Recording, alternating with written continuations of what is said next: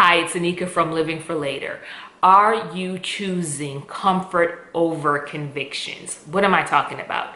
Many of us would prefer to dismiss our convictions and not yield to the convictions because we want comfort. We're seeking comfort and we don't want to say or do anything that will upset the apple cart. And I think one of the main reasons why we are so prone to dismiss our convictions and go after comfort is that we lose sight that this world is not our own.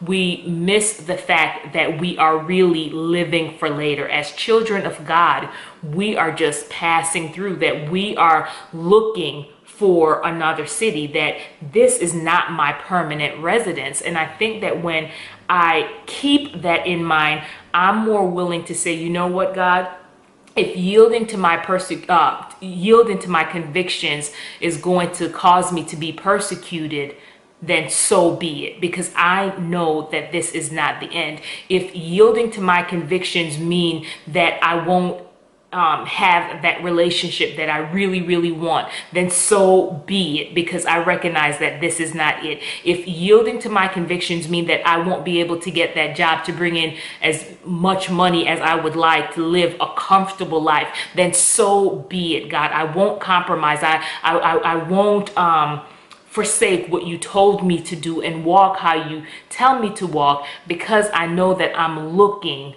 for somewhere else. I'm looking to live for later. And I think about the scripture in Hebrews 12 that says, let us run with perseverance the race marked out for us, fixing our eyes on Jesus, the pioneer and perfecter of our faith. So for the joy set before him, he endured the cross, scorning its shame, and sat down at the right hand of the throne of God. So this scripture lets us know, like, listen, don't look to the left or to the right. Set your eyes on Jesus. Yield to your convictions. Look to Jesus, the pioneer, right? The trailblazer of your faith and the one that perfects you. And even look at him as an example where he was willing to yield to his convictions. When the Pharisees were coming at him, he didn't step back. He held his ground in speaking truth, because even though he knew that the cross was before him, he didn't yield to the desire for comfort. He held on to his conviction.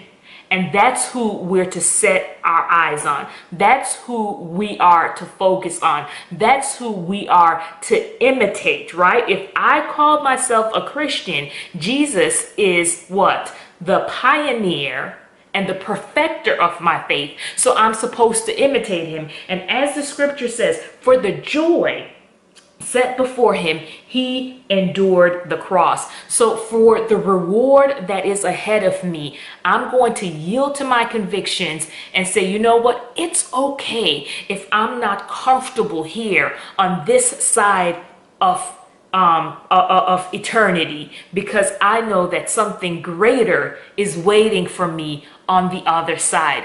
So 2019 is around the corner, and I want to ask you, what have you in what areas have you compromised because, again, you just want to be comfortable? And here's the thing that I've noticed: comfort can prove to be a muzzle, right? Oh, I don't want to say nothing. I don't want to make nobody upset. I don't want to speak truth. Be done with that. We are looking to Jesus.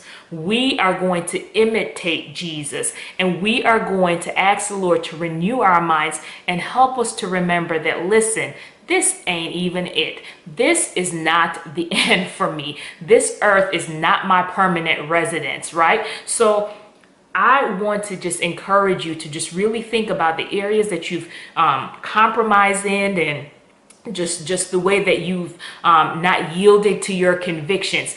List at least 3 ways and pray and ask the Lord to just help you to yield to those convictions, and just recognizing again that this is not your own home. So you can't look to be comfortable here. You're looking for a new city, a new heaven, and a new earth. All right, you be blessed.